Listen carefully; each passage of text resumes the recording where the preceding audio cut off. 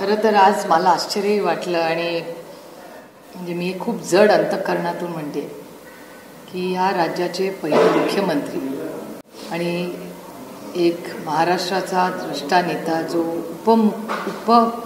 प्रधानापर्यंत पोचला, जे खरं तर महाराष्ट्रातला पहिला व्यक्ती जो प्रधानमंत्री होऊ शकत होता, जो आपल्याला आठवत असेल जेव्हा चीनचं युद्ध आपलं झालं त्याच्यानंतर पंडित जवाहरलाल नेहरूंनी आवर्जून चव्हाण साहेबांना दिल्लीला संरक्षण मंत्री म्हणून बोलवून घेतलं. Finance department, external affairs department, त्यानंतर डिफेन्स, एक्सटर्नल अफेअर्स, फायनान्स आणि महाराष्ट्र राज्याचे पहिले मुख्यमंत्री चव्हाण साहेब हे फक्त नेत्याने एक विचार आहे. सत्तेचं विकेंद्रीकरण कधीही होऊ नये, सत्ता ही शेवटच्या माणसापर्यंत पोचली पाहिजे म्हणून जिल्हा परिषद पंचायतीचा विचार पुढे नेण्याचं काम आणि सुरुवात खरं तर ही चव्हाण साहेबांच्या काळात झाली. MIDCs महाराष्ट्रात चव्हाण साहेबांच्याच वेळी त्या कामाची सुरुवात झाली. त्यामुळे आज महाराष्ट्र जो उभा आहे तो फक्त आणि फक्त कैलासवासी यशवंतराव चव्हाणांच्या विचारधारेवर आणि त्यांनी दाखवलेली जी दिशा होती त्याच्यावर गेली अनेक वर्ष काँग्रेस, राष्ट्रवादी काँग्रेस सगळेच पक्ष हे त्यांचा नेहमीच मानसन्मान करत होते. मला आश्चर्य वाटते की महाराष्ट्राचे आजचं सरकार त्यांच्या वतीने कोणीही आज कराडला त्यांना अभिवादन करायला, श्रद्धांजली अर्पण करायला कोणी उपस्थित नव्हतं. हे खूप दुर्दैवी आहे आणि मी जड अंतःकरणाने म्हणते की मी ह्या बाबतीत आदरणीय महाराष्ट्राचे माननीय मुख्यमंत्र्यांना पत्र लिहिलं आहे. कारण शेवटी चव्हाण साहेब असतील किंवा महाराष्ट्राचे ते मुख्यमंत्री राहिलेत, ह्या राज्याने देशाचे मोठे नेते, त्यांच्या बाबतीत एवढी उदासीन भूमिका ही कुठल्याच राज्याला शोभत नाही आणि ह्याच्यात सुधारणा ही महाराष्ट्र सरकारने आणलीच पाहिजे. आणि माझी आग्रहाची भूमिका राहील म्हणून मी हे पत्र आज माननीय मुख्यमंत्र्यांना केलेलं आहे की प्रोटोकॉलप्रमाणे चव्हाण साहेबांचा 12 मार्च आणि 25 नोव्हेंबर ह्या दोन्ही दिवस त्यांचा मान सन्मान केलाच पाहिजे.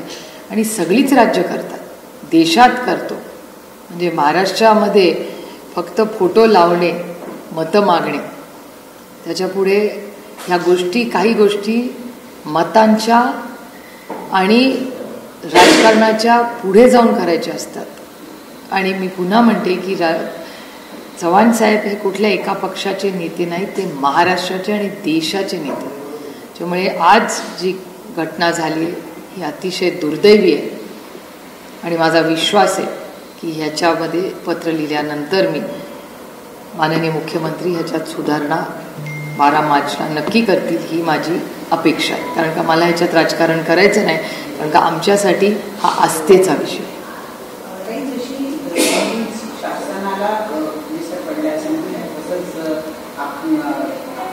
सत्तेतला एक पक्ष राष्ट्रवादी काँग्रेस पक्ष, या पक्षाच्या वतीने सुद्धा उशिरा एक ट्विट करण्यात आलेला, त्यामुळे जेवढा राज्य सरकारला पडलाय तेवढाच नाही, मी तुम्हाला अतिशय प्रांजळपणे सांगते, मला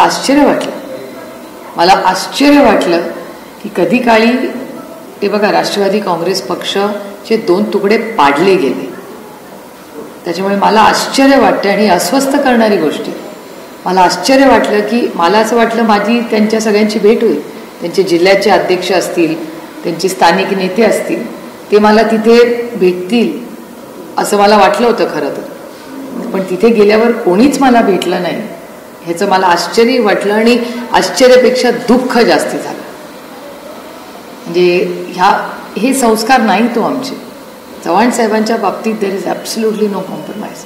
त्याच्यामुळे राष्ट्रवादी काँग्रेस पक्ष आणि माननीय अजित पवार त्याचं आज नेतृत्व करतात, त्यांच्या गटाचं म्हणजे राष्ट्रवादी काँग्रेस पक्ष, अजित पवार, हे खरंच मला अस्वस्थ करणार आहे. आणि मला खूपच आश्चर्य वाटलं आहे की त्यांच्यापैकी ते स्वतः प्रचारात असतील तरी त्यांच्यापैकी कोण आज तिकडे सकाळी गेलं नाही गेलं ह्याची मला माहिती नाही, पण मला दुःख वाटलं की त्याच्यापैकी कोणीच गेलं नसेल तर, कारण का मला तरी कोणी भेटलं नाही. विषय होता तो म्हणजे सर्वोच्च न्यायालयातल्या खटल्याच्या संदर्भामध्ये आज त्यांनी मुद्द्यांवर कागद चर्चा झाली, परंतु तरी सुद्धा आज या संदर्भामध्ये निकाल आला नाही. पुढच्या काही दिवसांमध्ये येणं अपेक्षित आहे. किमान जे आता नगरपालिकांच्या निवडणुका लागल्या आहेत त्याच्या संदर्भातही काही स्पष्टता येत्या सुनावणीच्या वेळेला करू असं सांगण्यात आलं आहे. काय मला असं वाटतं इलेक्शन फार वर्षांपासूनच होणं गरजेचं होतं. हा उशीर का होतोय हे खरं आम्हाला कुणालाच समजत नाही, कारण का सरकारने त्यांची भूमिका ही स्पष्टपणे मांडली पाहिजे. कारण का हे लोक हे इलेक्शन कार्यकर्त्यांचं आहे आणि इलेक्शन कमिशनकडून खरं तर म्हणजे माझा तर अपेक्षा केंद्रातला असू दे किंवा राज्यातला असू दे. कालच मी तुमच्याच सगळ्या चॅनल्सवर पाहिलं की शिवसेना आणि मनसेही काल त्यांचे प्रश्न मांडण्यासाठी काल तिथे गेले होते. मीही चॅनल्सवर आणि वर्तमानपत्रात किंवा जो डेटा सगळा येतोय, ज्या पद्धतीने बिनविरोध इलेक्शन राज्यात सगळीकडे होत आहेत त्याच्या मागे ची जी अदृश्य शक्ती आहे हे बघा. बिनविरोध होणं म्हणजे होऊ शकतात, एखाद दुसरी केस जरूर होऊ शकते, पण ज्या पद्धतीने हे बिनविरोध होत आहे आणि त्याचा जल्लोष केला जातोय हे एका सशक्त लोकशाहीसाठी अतिशय हानिकारक आहे. आणि जर या राज्यात आणि देशात लोकशाही टिकवायची असेल तर ज्या प्रकारे हे बिनविरोध इलेक्शन झालेले आहेत हे आपल्या देशाला किंवा आपल्या संविधानाच्या विरोधात आहेत. म्हणून मीही काल एक पत्र लिहिलेलं आहे इलेक्शन कमिशनला, आणि जर इलेक्शन कमिशनकडून ॲक्शन काही घेतली नाही तर हे मी दिल्लीच्या पातळीवर विनंती करीन. खरं तर माझा अनुभव फारसा त्यांच्या बाबतीत अपेक्षित का झाला नाही, कारण सत्यमेव जयते, शेवटी सत्याचाच विजय होतो. पण justice delayed is justice denied. अनेक वर्ष आम्हीही इलेक्शन कमिशनमध्ये जो न्याय मागत होतो तो आम्हाला मिळाला नाही, म्हणून दुर्दैवाने आम्हाला सुप्रीम कोर्टात जावं लागलं. पण साधारणपणे इलेक्शन कमिशनची जी भूमिका राहिली, आपल्याला आठवत असेल प्रलोभन देण्याच्या बाबतीत अरविंद केजरीवालांवर केवढी मोठी ॲक्शन घेण्यात आली होती. अनेक तुम्हाला अशी उदाहरणं दाखवून आज तुमचेच चॅनल म्हणजे ह्या सगळ्या बातम्या आम्हाला गाववाडी वस्तीवर काय चाललंय हे तुमच्या उत्तम आणि पारदर्शक रिपोर्टिंगमुळे दिसलं. आणि तुमच्या या सगळ्या रिपोर्टिंगमध्ये ज्या पद्धतीने भाषणं केली जात आहेत आणि त्याच्यावर इलेक्शन कमिशनकडून काहीच रिॲक्शन नाही आहे. म्हणजे या लोकशाही या राज्यात आणि देशात आहे का नाही आहे असा प्रश्न समाजात अनेक लोक मला विचारतात. त्याच्यामुळे हे अतिशय चिंताजनक आहे.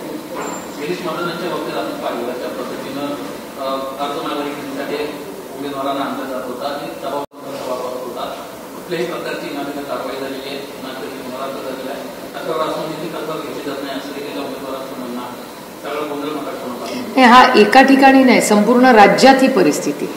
मला तुमच्या सगळ्यांच्याच चॅनलवर मी पाहिलं ह्यावेळी 100 पार झालेत भारतीय जनता पक्ष, त्यांचे बिनविरोध 100 निवडून आले.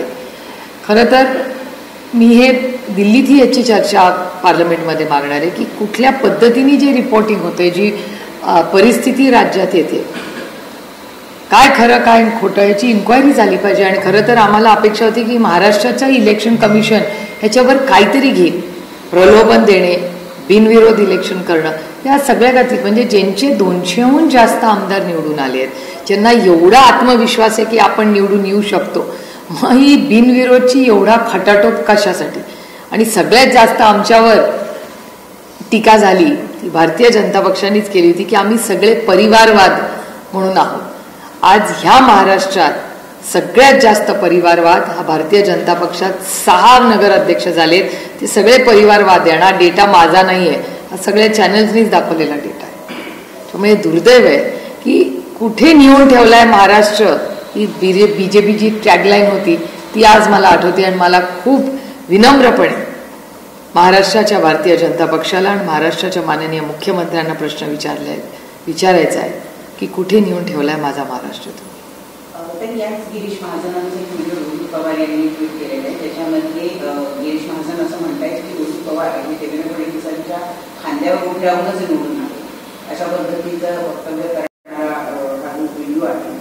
तो रोहित पवारांनी गिरीश महाजनांचा व्हिडिओ रोहित पवार यांनी ट्विट केलेला आहे. वातावरणाच्या आमदाराच्या बाबतीमध्ये अशा पद्धतीचे वक्तव्य करून काय साध्य करण्याचा प्रयत्न आहे असं आपल्याला वाटतं.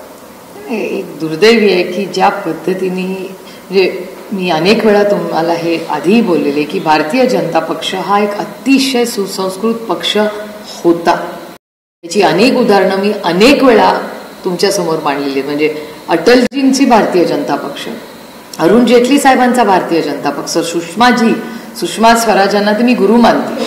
आमचे मतभेद राजकीय होते पण मनभेद कधीच नव्हते. आणि पार्लमेंटमध्ये सुसंस्कृत पद्धतीने कसं वागायचं, कसं भाषण करायचं, त्याची जी लक्ष्मण रेखा ही कधीही पार करायची नाही, हे संस्कार जेवढे काँग्रेस पक्ष आणि राष्ट्रवादी काँग्रेसनी माझ्यावर केले तेवढेच भारतीय जनता पक्षाच्या अरुण जेटली साहेब, सुषमाजी आणि असंख्य भारतीय जनता पक्षाच्या नेत्यांकडून आम्ही संसदपटू कसं व्हायचं हे शिकलो.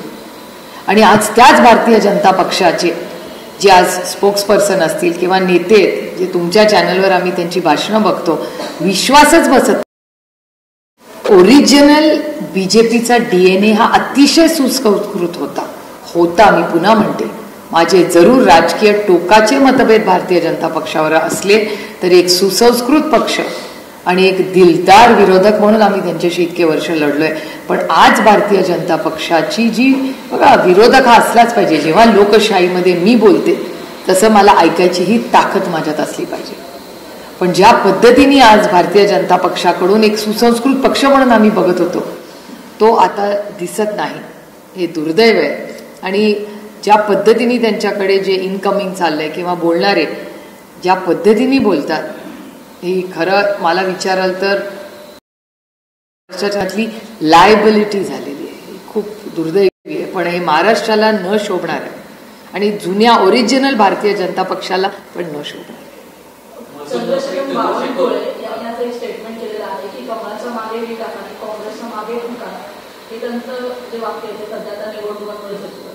ते टॅगलाईन केलंय, यही समय है सही समय. मी आता तो रोज वापरते, कारण का भारतीय जनता पक्ष म्हणायचे यही समय है सही समय. ते काय म्हणतात, कर्जमाफी कधी करणार, योग्य ती वेळ. आता ही योग्य वेळ नाही तर कधी, तो यही समय है सही समय. त्यामुळे त्यांच्या सगळ्या ज्या टॅगलाईन्स प्रत्येक इलेक्शनमध्ये येत असतात ते फार मनावर घ्यायचं नसतं. माझी त्यांना एकच विनंती आहे, कायचे जे तिजोरीवरनं त्यांचं सगळ्यांची आपापसात लढाई चालली आहे, मला खूप प्रांजळपणे त्यांना सगळ्यांनाच सांगायचं आहे, तिजोरीची चावी ही मायबाप जनतेची असते, कोणाचे घरचे पैसे नाही.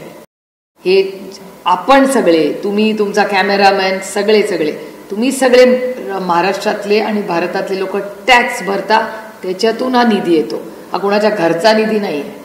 हे दुर्दैव आहे की ज्या पद्धतीने आज भाषणं ऐकायला मिळत आहेत किंवा त्या निधीची चावी कुणाकडे, निधीची किंवा पैसे हे सेवेसाठी आहेत, त्याच्यावर कुणाचाही नाही, तो 7-12 नाही कुणाचं नाव लिहिला, ही जनतेची सेवा आहे. दुर्दैव आहे या सगळ्या इलेक्शनमध्ये हे माननीय मोदीजींना नेता मानतात, पण मोदीजी जे त्यांना सांगतात की प्रधान सेवक व्हा, हे ते सोडून सगळे लोक बोलतात. चंद्रशेखर बावनकुळेंचं आणखी एक महत्त्वाचं स्टेटमेंट आहे, राज्याच्या प्रत्येक विधानसभा मतदारसंघामध्ये उभा मतदार आहे असं त्यांनी स्वतः म्हटलेलं आहे. मतदार सटोरी केली पाहिजे असं ज्या गोष्टी आम्हीच बोलत होतो तेच आज भारतीय जनता पक्ष बोलते. म्हणजे मला गंमत वाटते की त्या काळामध्ये जेव्हा आम्ही बोलत होतो तेव्हा आमची चेष्टा आणि काय काय आम्ही ऐकलं तेव्हा ते आम्हाला हलकेमध्ये घ्यायचे. अरे हे लोक काही आरोप प्रत्यारोप करतात. जे प्रत्येक जो आरोप आम्ही केला त्यांच्यावर तोच आरोप आज भारतीय जनता पक्ष आणि त्यांचे मित्रपक्ष एकावर करतात. We stand vindicated. हेच तर आम्ही पहिल्या दिवसापासून म्हणतो. मतदार याद्यांवरती आक्षेप आहे राज्यभरातल्या, मात्र विशेषतः मुंबईतल्या प्रारूप मतदार यादी संदर्भात आदित्य ठाकरेंनी आक्षेप नोंदवला. त्यानंतर मनसे आणि ठाकरेंची शिवसेना निवडणूक आयुक्तांना द्यायला घेतली आहे. आज काँग्रेसने निवडणूक आयुक्तांना पत्र दिलेलं आहे. 15 दिवसांची मुदतवाढ मिळाली असं म्हटलं. मात्र कालच्या बैठकीत ठाकरेंसोबतच्या, ठाकरे वधूंच्या जे नेते होते त्यांच्यासोबतच्या बैठकीत काँग्रेस आणि आपल्याकडूनही कोणी फारसं दिसलं नाही. एकंदरीत यामध्ये एकवाक्यता नाहीये का महाविकास आघाडीमध्ये? कारण काँग्रेस एकीकडे म्हणते की आम्हाला 15 दिवसांची मुदत हवी, ठाकरे म्हणतात 21 दिवसांची. 15 आणि 21 काय फरक पडतोय? ताटातलं वाटीत आणि वाटीतलं ताटात. त्यामुळे मला काही फार त्याची चिंता वाटत नाही. आणि कसं असतं, ह्या सगळ्या इलेक्शन असेल जेव्हा राष्ट्रवादी काँग्रेस पक्ष एक होता आणि काँग्रेस आणि आमची आघाडी होती आणि समोर भारतीय जनता पक्ष आणि शिवसेना, तेव्हा शिवसेनाही पक्ष एक होता, त्यांची युती. आम्ही सगळे कॉर्पोरेशन आणि मुंबई कॉर्पोरेशन सगळे वेगळे लढलो होतो, मला आठवत असेल. त्यामुळे स्थानिक इलेक्शन्समध्ये ह्या गोष्टी होतात. दर म्हणजे अनेक वर्ष होत आहेत, दशकं होत आहेत. त्याच्यात काय नवीन आहे. मुंबई दोन्ही नैसर्गिक नाही, मला असं वाटतं की आम्ही पुढच्या काही दिवसात एक तर होणार प्रश्न म्हणजे मुंबई कॉर्पोरेशन, पुणा कॉर्पोरेशन, सगळ्या कॉर्पोरेशनच्या इलेक्शन्स कधी होणार हा पहिला मुद्दा. जिल्हा परिषद कधी होणार ह्याच्यातच अजून काही स्पष्टता नाही आहे.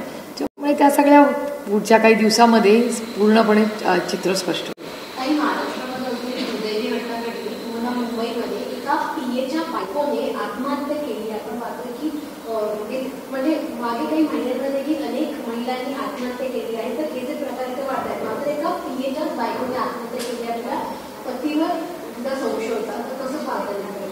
ही घटना अतिशय दुर्दैवी आहे आणि कुठल्याही सत्तेचा गैरवापर कोणीही करू नये. मला वाटतं त्यांना अटक झाली आहे असं वर्तमानपत्रात आज सकाळी आलेलं आहे.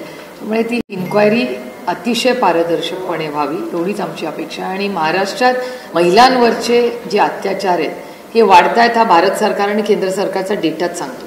त्याच्यामुळे महाराष्ट्र सरकारनी आणि होम मिनिस्ट्रीने या गोष्टीत जातीने लक्ष घातलं पाहिजे की महिलांवरचे अत्याचार आणि अन्याय राज्यात का वाढत आहे. ज्या राज्यामध्ये महिलांना समान अधिकार किंवा आरक्षण राजकीय आणि निर्णय प्रक्रियेत देणारं हे पहिलं राज्य आहे, त्या राज्यामध्ये आज महिला असुरक्षित आहेत का, असा एक भाव आज महिलांमध्ये अस्वस्थ करणारी सगळीकडेच आपल्याला दिसते. शक्ती कायदा खरं तर जो तुम्ही वारंवार उल्लेख करता अजूनही आला नाहीये, तो कधीपर्यंत अनेक महिला त्याची वाट बघताय. तो कायदा इथून महाविकास आघाडीमध्ये माननीय उद्धव ठाकरे साहेबांच्या नेतृत्वात तिन्ही पक्ष जेव्हा होते महाविकास आघाडीचे एकत्र, तेव्हा तो शक्ती कायदाही होता. आज तर डबल इंजिन सरकार आहे, इथेही त्यांचं सरकार आहे, तिथेही त्यांचं सरकार आहे. कोण आहे त्यांना थांबवायला? एवढं मोठं मॅन्डेट त्यांना इथे राज्यात मिळालं. केंद्रातही क्लिअर मॅन्डेट आहे आणि शक्ती कायद्याच्या बाबतीत आमची केंद्रात सहकार्याची भूमिकाच राहील, काँग्रेसची राहील आणि आमचीही राहील. त्यामुळे का ते करत नाही आहेत हा एक मोठा प्रश्नच आहे.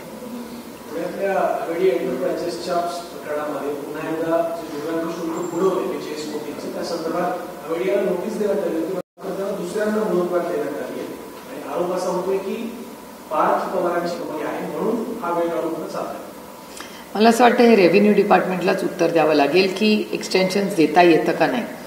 माझं म्हणणं आहे की 30 दिवसाचा कालावधी आहे, त्यातले कदाचित 10-1 दिवस झाले असतील आतापर्यंत. तो सगळा रिपोर्ट 30 दिवसात येईल. त्याच्यामुळे मला असं वाटतं 30 दिवसासाठी आपण वाट बघावी.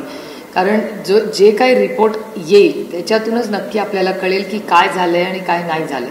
आणि रेव्हेन्यू डिपार्टमेंटच आपल्याला सांगू शकेल की असं एक्सटेन्शन देता येतं का नाही. त्याच्यामुळे माझ्यापेक्षा मला असं वाटतं हे कोणीतरी जबाबदार व्यक्तींनी आणि सरकारने याचं उत्तर दिलं पाहिजे. आम्ही तर विरोधातच आहोत, आम्ही न्याय मागणारच, पण सरकारने या सगळ्या प्रश्नांची पारदर्शकपणे उत्तरं दिली पाहिजे. मला असं वाटतं मुख्यमंत्र्यांनी स्वतः सांगितलं मी 30 दिवसात उत्तर देणार आहे आणि रिपोर्ट येणार आहे. 30 दिवस पूर्ण तर उद्या.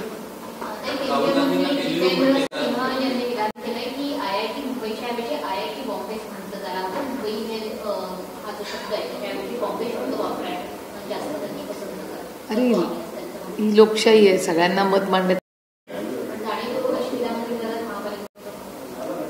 काय काय इलेक्शन आलं की काय काय ऐकायला मिळतं. मला अशा वेळीच ना नेहमी जेटली साहेब आठवतात. हे मी तुम्हाला आधीही सांगितलेलं आहे.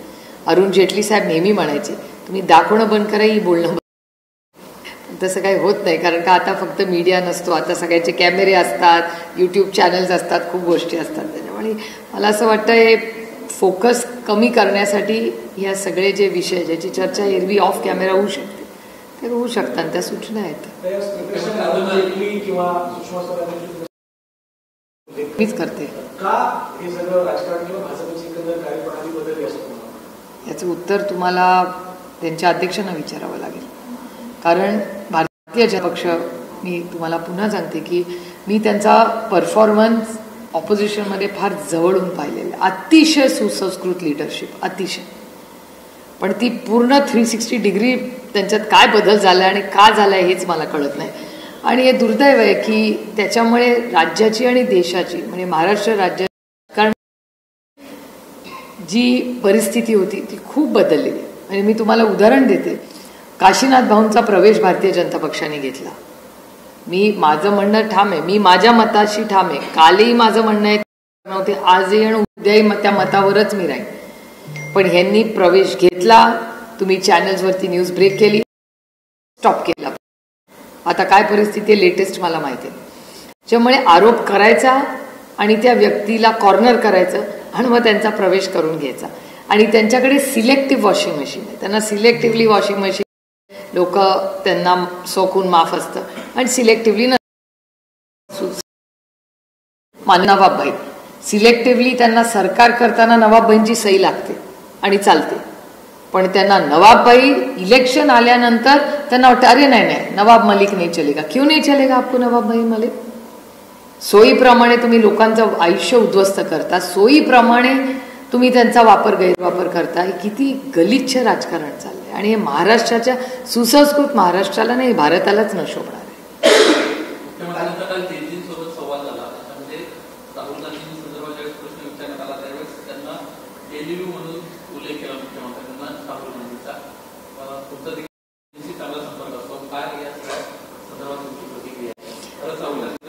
एक तर नुसतं राहुल गांधींचा विषय नाही. राहुल गांधी या देशाचे लीडर ऑफ ऑपोजिशन आहेत, LOP आहेत. आणि मलाही आश्चर्य वाटलं ते स्टेटमेंट ऐकल्यावर, कारण का साधारणपणे देवेंद्रजी खूप जपून बोलतात. म्हणजे देवेंद्रजींकडून कधी अशी म्हणजे फार मोजून मापून देवेंद्रजी बोलतात. त्याच्यामुळे मलाही आश्चर्य वाटलं खरं काय, कारण का हा एकट्या राहुल गांधींचा विषय नाही आहे, हा ते LOP आहेत ह्या देशाचे. त्याच्यामुळे थोडंसं मला दुःख झालं, कारण का माझ्या देवेंद्रजींकडून खूप अपेक्षा आहेत. आणि देवेंद्रजी या राज्याचे मुख्यमंत्री असताना ते ह्या सगळ्याची कधी ना कधी, जरी आम्ही विरोधात असले आणि ते सत्तेत असले तरी आम्ही सगळ्यांनीच मिळून राज्यासाठी कधी ना कधी आमचे राजकीय मतभेद बाजूला ठेवून आपल्या संस्कृतीसाठी काही गोष्टी एकत्र केल्या पाहिजेत. आणि त्याच्यामुळे माझी त्यांच्या इच्छा आहे की तो हा सगळा जो संवाद झालाय महाराष्ट्रामध्ये त्याच्यात कुठेतरी सुसंस्कृतपणा ते पुन्हा आणतील, कारण का ते ओरिजिनल भारतीय जनता पक्षवाले. त्यामुळे त्यांच्यावर अरुणजींचे सुषमाजींचे संस्कार जसे माझ्यावर झाले तसे त्यांच्यावरही झालेले. त्याच्यामुळे अजून तरी माझ्या त्यांच्याकडून अपेक्षा आहेत. आता ज्या निवडणुका सुरू आहेत त्या निवडणुकांमध्ये भाजप शिवसेना, शिंदेची शिवसेना यांच्यामध्ये अंतर्गत वाद वाढताना दिसतात. भाजपनं शिवसेनेचा एक नगराध्यक्षाचा उमेदवारच पळवून स्वतःकडे त्याचा पक्षप्रवेश करून घेतला. तुम्हाला सांगू, या इलेक्शनमध्ये मला असं वाटतं आपण सगळे शांत बसूया काही दिवस, कारण का कळतच नाही कोण कुठल्या पक्षात आहे, कोण कुणाची आघाडी करते, काय सुधरेन असंच झालं. त्याच्यामुळे मला असं वाटतं let's wait for the dust to settle. म्हणजे एवढंही म्हणजे एवढी राज्याच्या राजकारणात मी आजपर्यंत कधीच नाही पाहिली. म्हणजे त्याच्यात वैचारिक भूमिका ही राहिलीच नाही का, असा एक प्रश्न माझ्यासारख्या कार्यकर्त्यांच्या मनात येतो. झालं मराठी?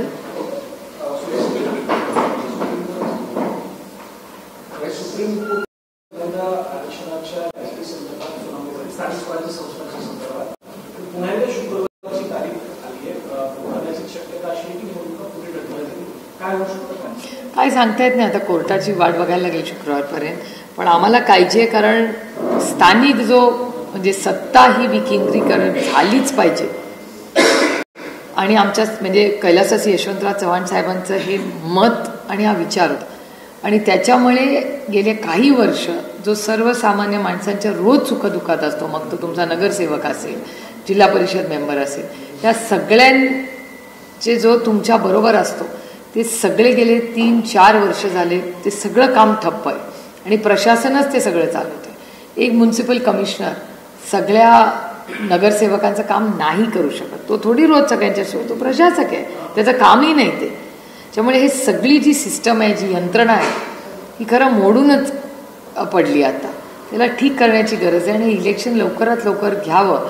पण महाराष्ट्र सरकार पारदर्शकपणे त्यांचा काय स्टँड आहे तो का मांडत नाही आणि सरकार कमी पडतंय का, असा एक दबदबा किंवा एक दबक्या बाजू सगळ्या आवाजात आज सगळीकडे ही चर्चा राज्यात ऐकायला येते. वेस्ट बंगाल और तमिलनाडु में आने वाले इलेक्शन से पहले SIR की जो प्रोसेस है वो इंटेंसिफाई हुई है. वैसे ही वेस्ट बंगाल में आज वहाँ की chief minister Mamata Banerjee protest hold कर रही है. उनका कहना है कि इलेक्शन से पहले कहीं ना कहीं सांप्रदायिकता या कम्युनलिज्म बढ़ाने का एक और तरीका है. नहीं हो सकता है। दीदी ये बहुत संवेदनशील नेता रही है और आज वेस्ट बंगाल में जो भी विकास हुआ है वो दीदी के नेतृत्व।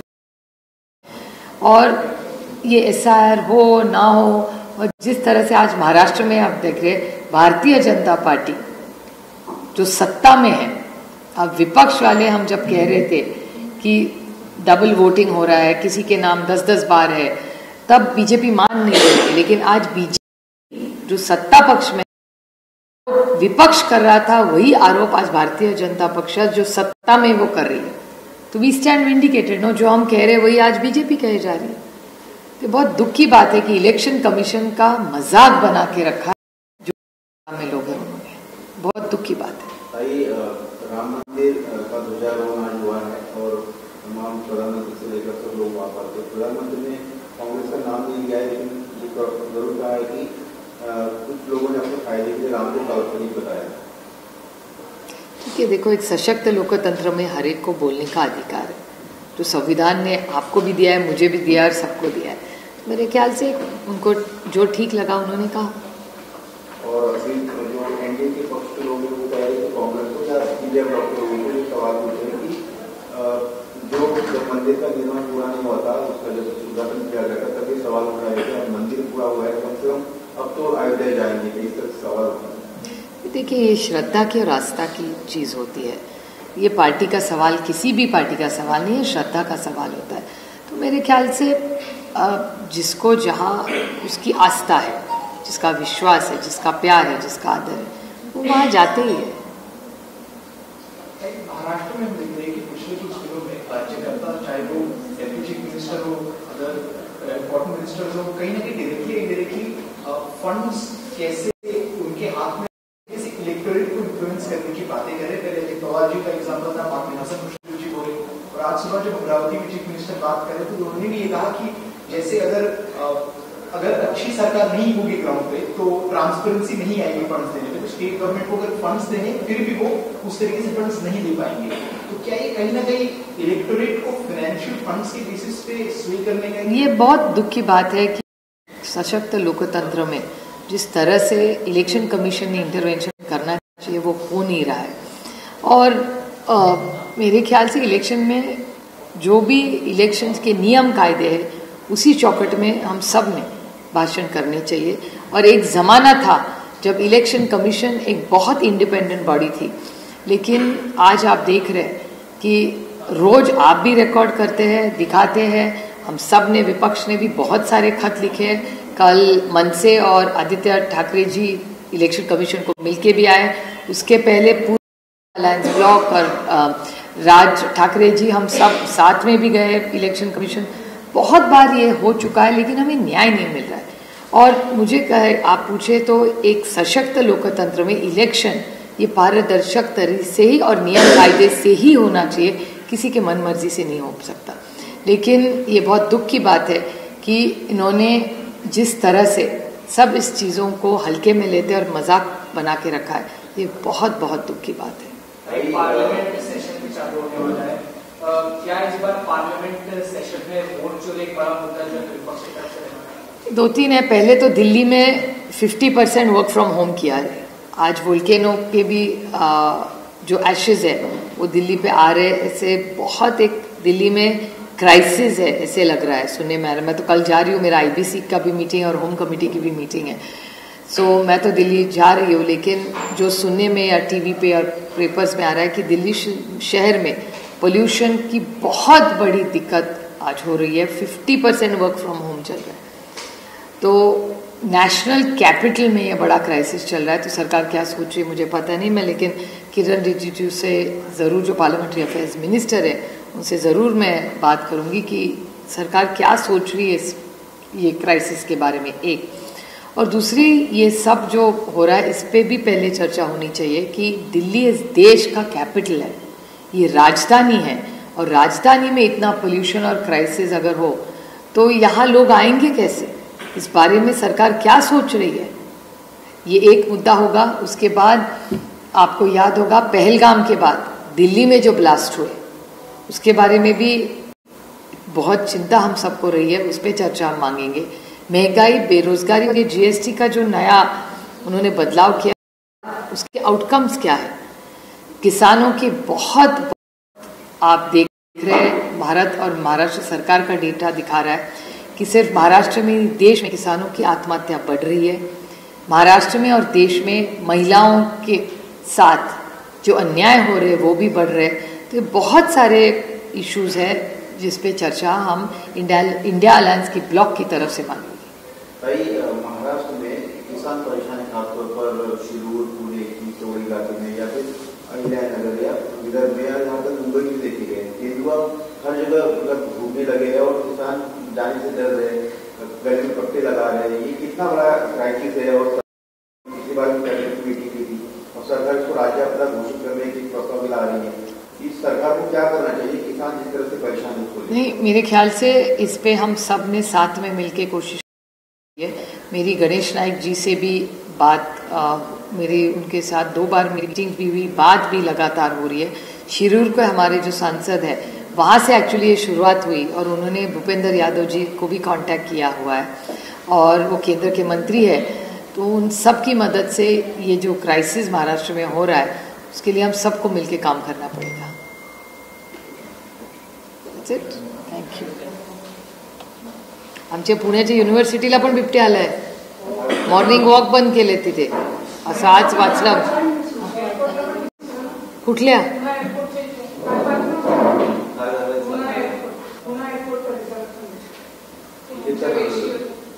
एअरपोर्टच्या?